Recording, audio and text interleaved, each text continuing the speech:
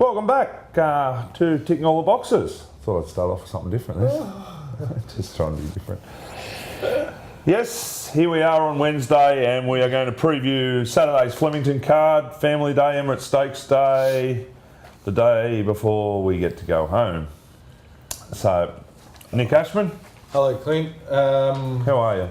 I'm good. Coming off the peak run there yesterday. Melbourne Cup Day? Yep. It was an absolute train wreck for me. Oh yeah, look, on the punt no good, but just our work, you know. Yeah. It's all geared to the... It's all geared to the Cup for the last 6 months and it's all over in 3 minutes 20. We get to go back to Canterbury next week and... Can't wait. It's going to be so much fun when we get back to Canterbury on a Wednesday. Yep. 7 quality races and... Is it Canterbury? I don't know where it is next Wednesday. I haven't had a look, but it will be there soon. Can't wait to get there. Good card at Warwick Farm on Saturday. Don't know, I haven't looked, but all right, yep. We're doing this on Wednesday because we've got a busy couple of days ahead. Yep.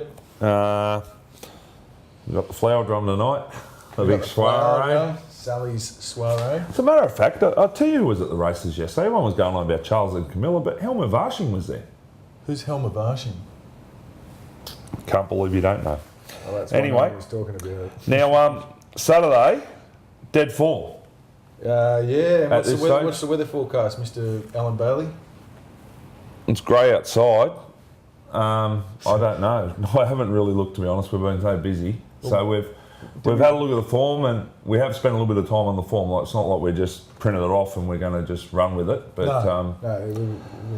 we've had a look, but because of that, we didn't have time to check the weather and we don't know where the rail's going to be because they'll decide after Thursday. So Brad did write an article with the weather in it as well. Did he? Yeah. What did he say? I can't remember. Okay. It might be on. Anyway. Which article was it? The Fields and Forms. I'll tell you what, because we're professionals, I'm going to go to the Bureau of Meteorology website on this little iPad here and we'll check the weather now. So let's have a look at the first, which is the Maribyrnong Plate. It's 1,000 metres. What do you think? That Cracker Roadie was really impressive first up at the Valley. They don't often come from off the pace like that as a 2-year-old.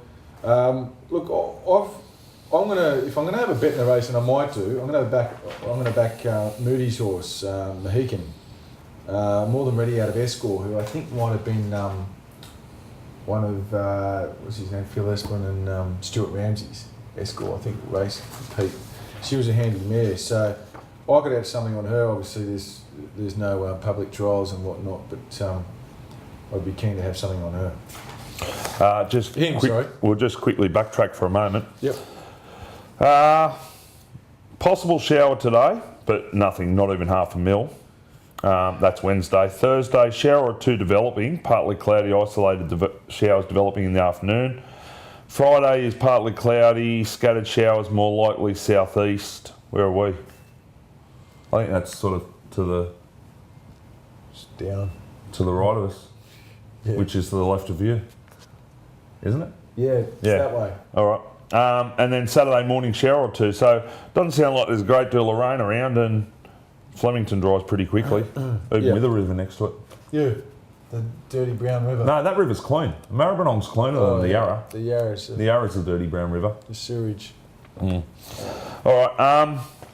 And there's no markets for any of these races because we're doing this preview so early. There's only 3 markets up. Okay. So we're flying blind. Yep. Cracker Roadie, I'm the same as you, hard to beat. The one that I found, if there's going to be one to beat, it could be La Bellarine, Mick Price's filly. He did have a nominator for the Tuesday race, and he's elected to wait. Now, that could have been to avoid Villaverde, which wouldn't have been a silly thing. Or it could have been he's got a good opinion of it, and the Maribyrnong's a Group 3, and why not go for the early spring grand final in Melbourne, straight up. So, big watch on La Bellarine, but Cracker Roadie is definitely the horse to beat under the set weights with the race experience. Okay, and look, Moody's stablemate as well. That El Cavallo won a trial by 4 lengths, and Nolan takes a ride, so it's probably a watch too. Yeah, I would have thought they must. Nolan thinks it's a better hope than the other one. I would have thought he would have got picked. Yeah, but it sometimes doesn't work out that way, does it? But then again, Nolan might not be riding on Saturday. No, he might not be. That's it. Haven't heard if he's appeal. After his sarcasm. Yes, wasn't a happy boy, Luke. All right. Race 2. You. Momentum Energy Trophy, 1,600 metres. Keep What have you done forgetting we here? don't have markets.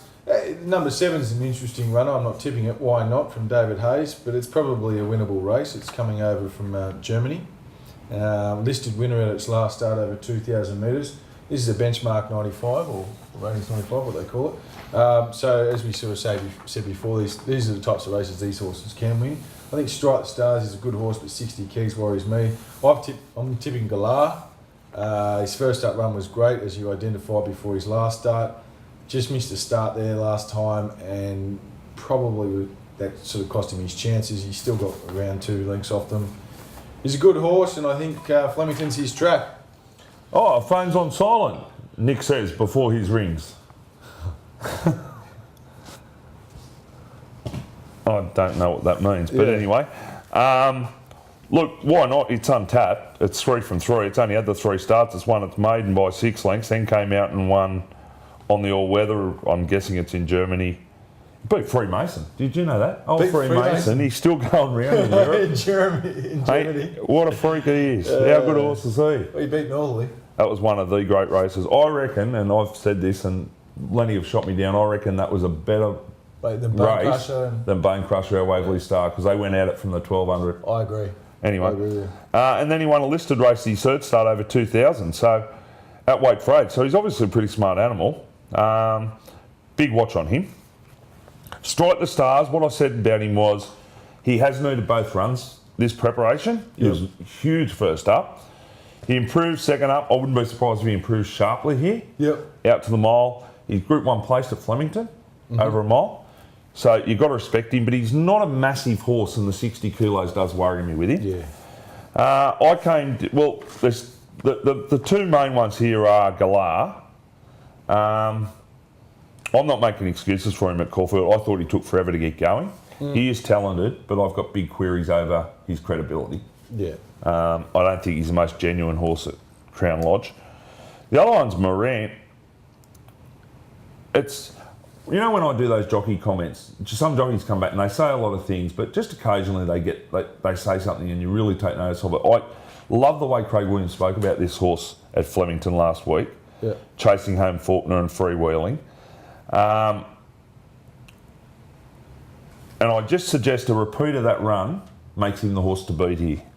So it was a really good effort. He only got beaten 2.7. Kept, long way last, charged home. Admittedly, they did run along in it, so you were entitled to get home.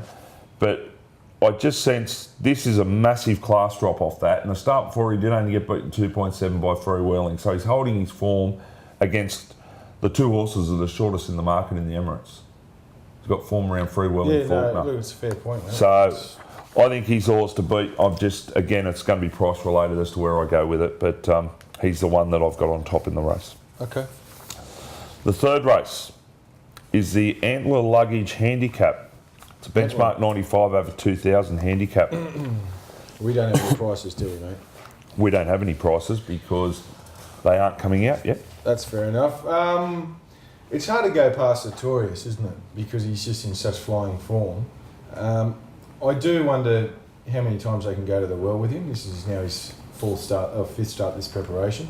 But if you go back to the horse that I think's, that I think's coming on real nice is that Mourinho.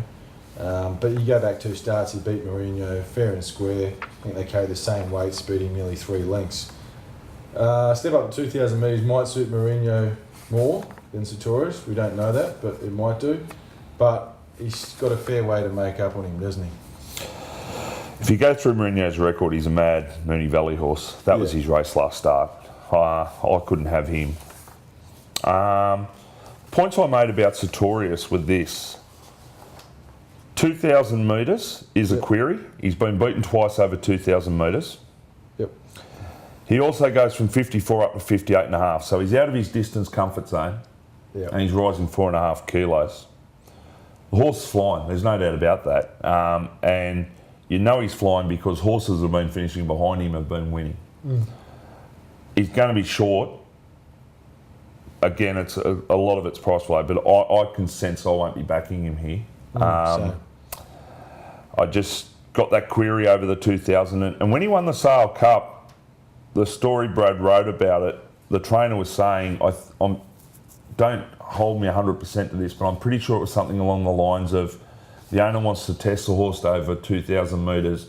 I'm not so sure, was one of the trainers. Yep. That being the case, it tells me that this isn't probably the race, necessarily the race they would have put him in on the last day. No. I'd have loved to have seen him in the Emirates myself. I don't know whether he would have got a run, but gee whiz, I thought it'd be a nice race for him. And the query is he's one of those horses that high balls of speed, and once they get outside... 58 and a half, it's a big weight, long way down the straight at Flemington. Once they get outside their distance range, mate, as well, that's always... Yeah, it's not a bit of a query. I'm looking at this and thinking it's not really a race I'm probably going to participate in. Turning up, not for me. As I said, Mourinho, he's a Moonee Valley horse. Hoy Lonnie, well, since I bagged him, he's won 3 in a row. No coincidence, Jay Cassidy jumped aboard. Sticks with him here, though. Yeah, and stays on him. Outside of that, nothing really grabs me. So I think I'll be watching Sartorius. He's got to be the horse to beat. He's just going so well. But I think there are enough factors here to suggest he's beatable. Yeah, I agree. All right.